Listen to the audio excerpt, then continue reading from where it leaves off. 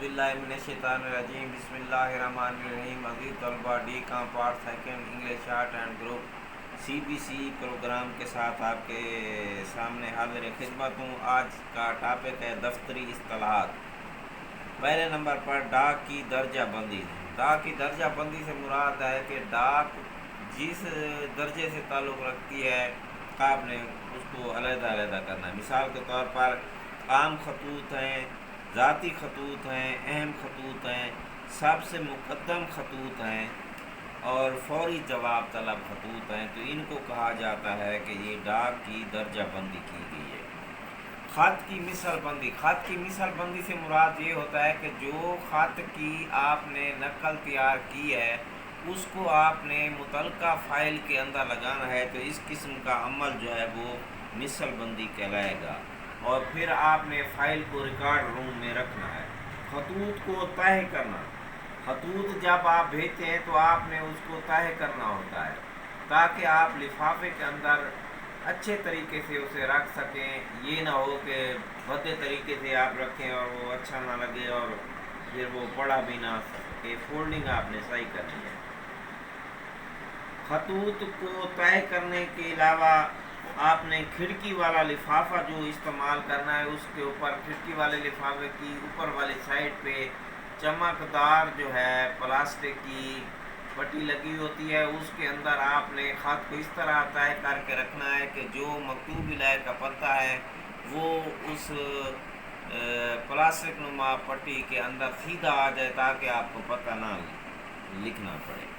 इसके बाद होता है डाक का मार करना। डाक का मार करने से मुराद ये होता है कि जिस शोबा से मुतल्लिक है डाक, आपने उसको मार्क करना है ताकि जो सेक्शन सुपरिटेंडेंट है हर एक ख़त को इस अफसर या शोबे की निशानदेही करता है जिसे वो ख़त भेजा जाना होता है।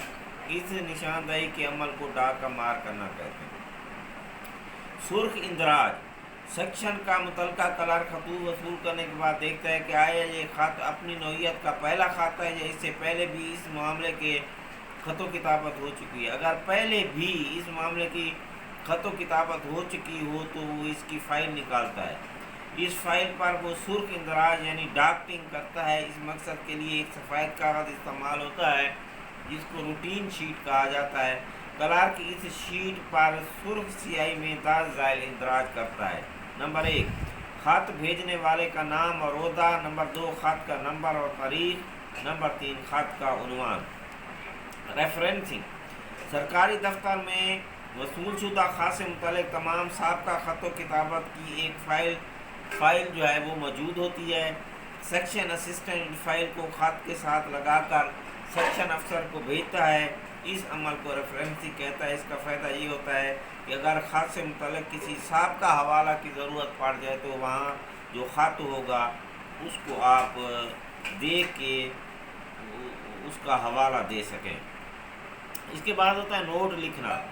ज़ेर गौर ख़त का मामला अगर सेक्शन ऑफिसर के दायरे अख्तियार में हो तो वो इस पर अहकाम जारी कर देता है। इसके बरक्स अगर वो ख़त डिप्टी सेक्रेटरी को रवाना करना हो तो सेक्शन अफसर ज़ेर गौर ख़त की साबका ख़तों किताबत की रोशनी में कानून की रूह से या किसी साबका हवाला की रोशनी में ख़त के मसले का हल तजवीज़ करता है। इसे नोट लिखना कहते हैं। ये मुतलका हवाला जात के साथ डिप्टी सेक्रेटरी को पेश करता है। ख़त का जवाब नोट की बुनियाद पर दिया जाता है। बेटा, आज आपने इस्तिलाहात पढ़ी हैं जो कि सरकारी दफ्तर में इस्तेमाल होती हैं। मुझे उम्मीद है कि आपको समझ आ गई होगी।